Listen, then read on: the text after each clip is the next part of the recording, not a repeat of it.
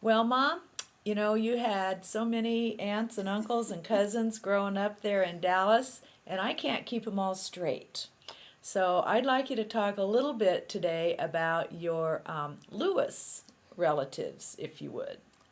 Okay, my was the oldest in his family of 7 children, and then he had 5 sisters and the last child was a boy, Uncle John, and Aunt Pearl was the oldest of the girls, and her husband was Frank Carpenter, who was a pharmacist, and they had 4 boys, Hmm. and Did you call him Uncle Frank? I didn't know him. Well, he died when I was about 5 or 6 years old, and their youngest son was Bob, who was a year younger than I. And I remember he and I watched the funeral procession for his father from Grandma Pewett's front yard. Huh. So I don't remember him at all, Mm-hmm. but I believe Aunt Jean was the next daughter. Her husband was Uncle Coot Uncle Cornwall. Coot? Well, that's what we all called him, and everybody called him Coot. Uh, Cornwall. He was civil engineer, Oh. and he was in World War II. No. I mean World War One, and when he came home, that was in 1918 or early 1919. But anyway, it was during the worldwide flu epidemic that was so bad. Oh, yeah.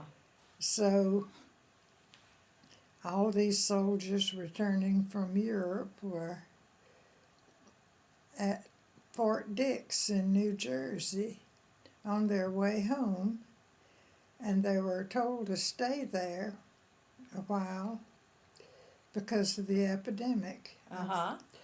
But he was so anxious to get home that he left and I guess picked up the flu on the way home or something. Anyway, he died. Ooh, or maybe he had it.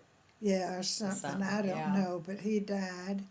And Aunt Jean was his wife, and they had a daughter, Betty, who lived to be a young girl, about 4 or 5 or 6 years old, but she had always had sort of poor health and died. Hmm. And we grew up with Helen, their other daughter, Oh, sure. who was between my age and Deanie's age. Oh. So Aunt Jean and Helen always lived with Grandma Lewis and Grandpa Lewis until he died. And then they stayed there as long as Grandma Lewis was living. But by then Helen had graduated from college and was living in Raleigh. Mm-hmm. And one of Papa's other sisters lived in Raleigh, and so then Aunt Jean and Helen moved to Raleigh. Oh, okay. So there was Papa Lewis, Rob, and then Pearl, and then Jean. Aunt Jean. Oh, okay. And then who's next? Do you know? Or, Aunt Bessie Bullwinkle, I think. yeah. And Was she the skinny one or the heavier one? no, she was heavier Uh-huh. and shorter than some of them. Her husband was Uncle Lee Bullwinkle, and he was a lawyer, and had been in the Mexican War, Huh. and everybody called him Major until the day he died. He was called Major Bullwinkle, Oh. and he was a lot of fun. Did you call him Major Bullwinkle? We didn't. We called him Uncle Lee, Okay. but I mean, people, Yeah, sure. other people in Uh-huh. town always called him Major, and he was a representative in the House of Representatives for about 27 years, I think. Oh my gosh. And he lost only one time when he ran, when Al Smith ran, Oh. because nobody in the county would vote for a Catholic, you know. Oh. So, so he stayed at home for 2 years and was a lawyer. And then the next election he won, and from there on out he won. And they had 2 children, Louis Bullwinkle Uh-huh. and Frances. Oh, sure. Their daughter was Deanie's age, Uh-huh. and they lived in Gastonia, but they were over at Dallas a lot and all that stuff. Sure. And then there was Aunt Stella. She was the thin one, I bet. No, Oh, well, who? I don't think anybody was thin except Aunt Kate. Aunt Jean.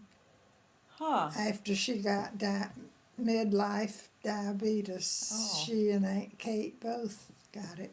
Okay. But well, Aunt Stella was married to Uncle Gene Britton.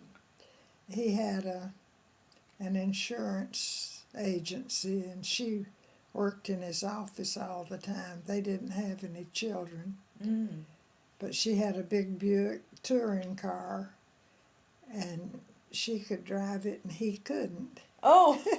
But they'd park it over in Dallas and let us play in it. Why couldn't he drive it?